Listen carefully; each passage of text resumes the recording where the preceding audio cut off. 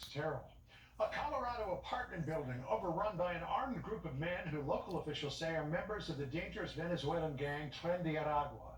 Residents are understandably terrified, but the Democratic governor of Colorado, Jared Polis, is dismissing the takeover as just simply the locals' imagination.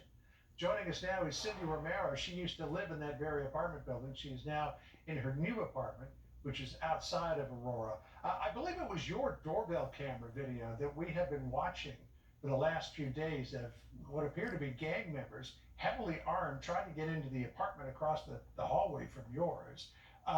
What did you see there, and how bad did it get in that building? On this particular date, it was really bad. And but it is not by any means an isolated occurrence. Unfortunately, I have months, almost a year and a half worth of footage from 6 separate cameras. Wow, were you home that day? I was, Oh I my was, God, and actually, what did you think when you saw this taking place outside of your apartment? earlier that morning, I had seen several individuals carrying assault weapons down to the next floor of the building adjoining mine.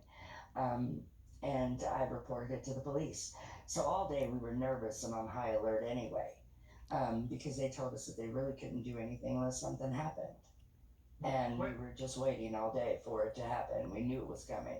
wait a minute, you've got people running around the apartment complex with long rifles and pistols.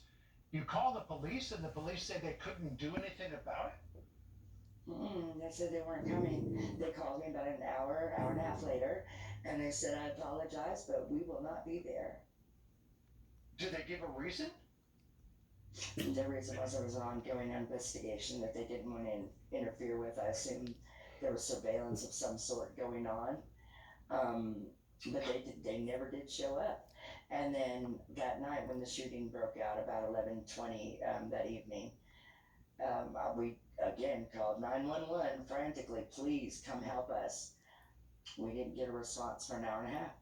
Oh my gosh, and you ended up with a bullet hole in your car, as I understand it. I have a bullet hole through my car. Oh It my went in one gosh. side and went out the other, hit about 5 things on the way through. My husband also has bullet holes in his car. Oh my God. So we were talking yesterday with Mike Kaufman, who's the mayor of Aurora. Here's what he told us. Listen to this.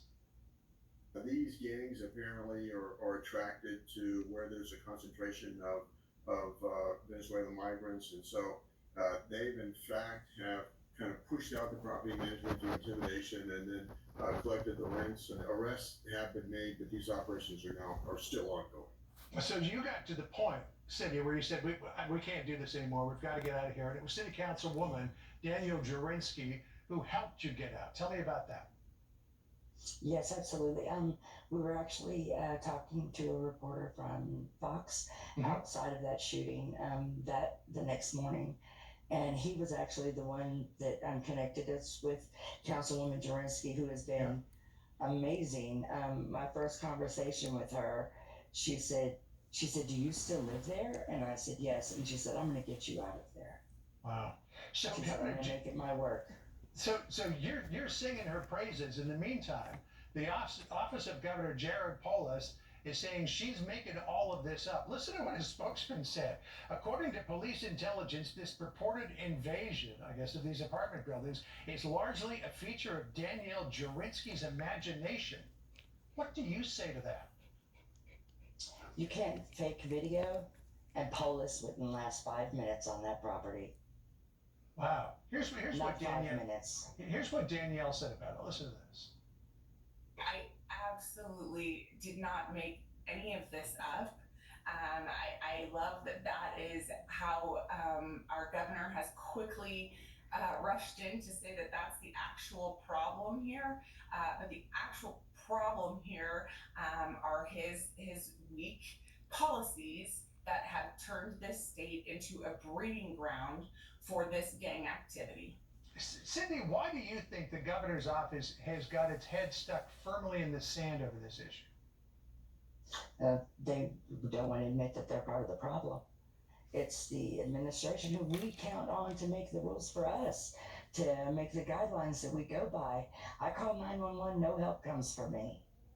no help. There's no mass amounts of police that show up to make sure that we're defended.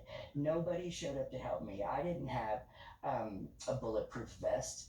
I didn't have five officers showing up with me whenever there was a problem. We were on our own and we were left to die. Wow. These And we people should, have no registration in this country. yeah, and we should point out that the scenes that you're seeing on the right-hand side of the screen there, those were taken from Cindy's Ring doorbell or video doorbell while she was inside her apartment. You can imagine what it was like living there. Cindy, God bless you. We're glad you got out.